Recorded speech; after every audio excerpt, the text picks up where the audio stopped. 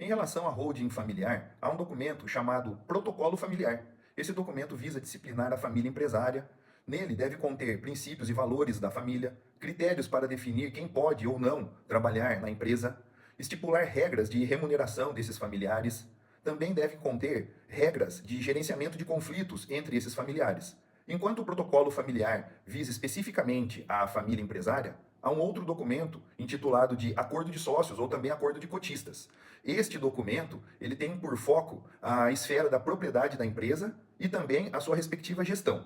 Então eu quero tratar com vocês sobre o protocolo familiar, em específico, algumas regras para definir quem pode ser sócio. Há protocolos que dispõem que apenas os filhos dos sócios podem se tornar sócios, ou seja, nessa situação, os chamados agregados, que são genros, noras, não podem fazer parte da holding familiar.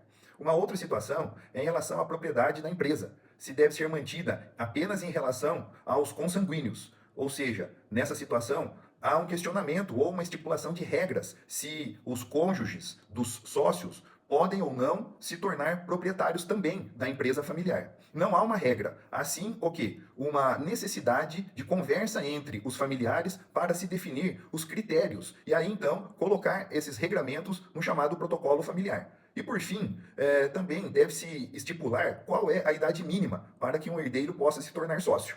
Há uma situação em que algumas famílias exigem, além de uma idade mínima, que este herdeiro tenha pelo menos uma graduação ou uma pós-graduação. E isso também não é uma regra fechada. Tudo vai depender de cada família e do que essa família definir para os critérios da sua holding familiar. Tudo isso visando que a holding familiar tenha a maior longevidade e evite discussões ou situações de dúvida, porque em ocorrendo alguma dúvida, cada familiar poderá se socorrer do chamado protocolo familiar. Então, se você tem alguma dúvida ou necessita de algum esclarecimento, consulte um advogado de sua confiança voltado a essa área de holding.